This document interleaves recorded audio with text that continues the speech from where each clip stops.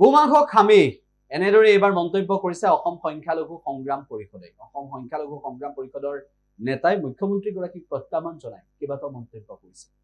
হিমন্ত বিশ্ব শৰ্মা আপোনাক সকীয়াই দিছো, গো মাংস দুপুৰী অল অসমত চলিবই। আপুনি কিবা এটা ভাল কাম কৰক, ড্ৰাগছ বন্ধ কৰক, গাঁজা বন্ধ কৰক, জুৱা বন্ধ কৰক। এইবিলাকৰ পৰা আপুনি কমিশ্যন পায় নেকি? মদৰ পৰা আপুনি কমিশ্যন পায় নেকি? আৰু অসম সংখ্যালঘু সংগ্ৰাম পৰিষদৰ এক বিন্দু তেজ থকালৈকে আমি গো মাংস চলি থাকিব। আপোনাৰ যদি কিবা কৰিবলগীয়া আছে কৰি থাকিব। ড্ৰাগছ গাঁজা আৰু মদ এইবিলাক চলি থাকে। এইবিলাকৰ হিমন্ত বিশ্ব শৰ্মাই কমিশ্যন লয়, তাৰ কাৰণে এইবিলাকৰ লগত মাত মাতা নাই। অকল এটা জাতিক কেনেকৈ তাৰিফ কৰি কথা কয়, এইবিলাকে তেওঁৰ কাম নেকি? তেওঁ এটা মুখ্যমন্ত্ৰী, তেওঁৰ এয়াই দায়বদ্ধতা নেকি? আমি কিবা এটা কৈছো নেকি যে গাহৰি বন্ধ কৰক? আপোনালোকে এইবিলাক মুখ্যমন্ত্ৰীটো কি ভাবিছে? নিজৰ কি দেউতাকৰ সম্পত্তি ভাবিছে নেকি? অসমখন তেওঁৰ প্ৰত্যেক সম্পত্তি ভাবিছে নেকি?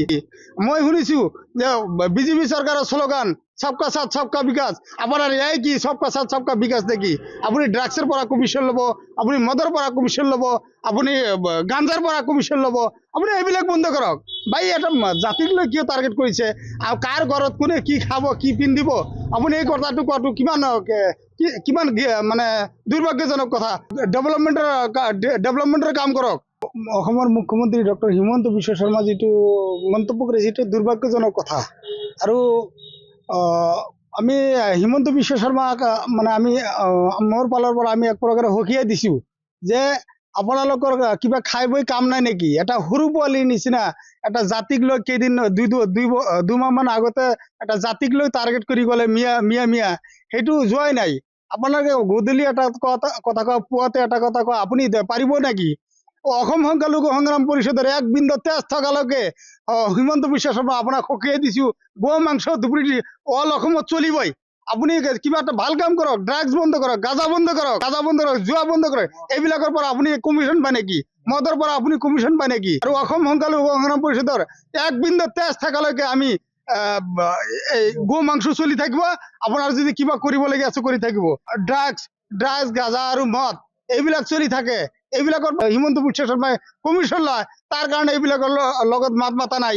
অকল এটা জাতিক কেনেকৈ তাৰিফ কৰি কথা কয়, এইবিলাকে তেওঁৰ কাম নেকি? তেওঁ এটা মুখ্যমন্ত্ৰী, তেওঁৰ এয়াই দায়বদ্ধতা নেকি? আমি কিবা এটা কৈছো নেকি যে গাহৰি বন্ধ কৰক? আপোনালোকে এইবিলাক মুখ্যমন্ত্ৰীটো কি ভাবিছে? নিজৰ কি দেউতাকৰ সম্পত্তি ভাবিছে নেকি? অসমখন তেওঁৰ প্ৰত্যেক সম্পত্তি ভাবিছে নেকি? মই শুনিছো যে বিজেপি চৰকাৰৰ শ্লোগান সবকা সাথ সবকা বিকাশ। আপোনাৰ এয়াই কি সবকা সাথ সবকা বিকাশ নেকি? আপুনি ড্ৰাগছৰ পৰা কমিশ্যন ল'ব, আপুনি মদৰ পৰা কমিশ্যন ল'ব, আপুনি গাঞ্জাৰ পৰা কমিশ্যন ল'ব। আপুনি এইবিলাক বন্ধ কৰক। ভাই এটা জাতিক লৈ কিয় টাৰ্গেট কৰিছে? আৰু কাৰ ঘৰত কোনে কি খাব, কি পিন্ধিব? আপুনি এই কথাটো কোৱাটো কিমান মানে দুৰ্ভাগ্যজনক কথা। ডেভেলপমেণ্টৰ কাম কৰক। আপুনি মুখ্যমন্ত্ৰী হৈ এইবিলাক কথা মন্তব্য কৰিব নালাগে। আপুনি যদি বিগত দিনত মই চেলেঞ্জ কৰিছো অসম সংখ্যালঘু সংগ্ৰাম পৰিষদৰ ফালৰ পৰা যে আমি বিগত দিনত যেনেকৈ চলি আছো আৰু চেলেঞ্জ আমি হিন্দু মুছলিম একেলগে মিলি জুলি চলিম। আমি জাতিক লৈ আমি টাৰ্গেট নকৰো। আপুনি যিটো লৈ জাতিক লৈ টাৰ্গেট কৰিছে এটি একেবাৰে ঠিক কৰা নাই। আপুনি চেলেঞ্জ থাকোঁতে আপুনি বন্ধ কৰি দেখাওক না। আমি সব অপেনলি আমি গৰু মাংস খাম। আপুনি মৰ্নিং পুৱাতে খাইছো, গধূলি খাম। আপোনাৰ যদি কিবা দম আছে আপুনি গো মাংস বন্ধ কৰি দেখাওক। যিকোনো খবৰৰ বাবে যোগাযোগ কৰক 7099017330 লগতে 7099017110 নম্বৰত।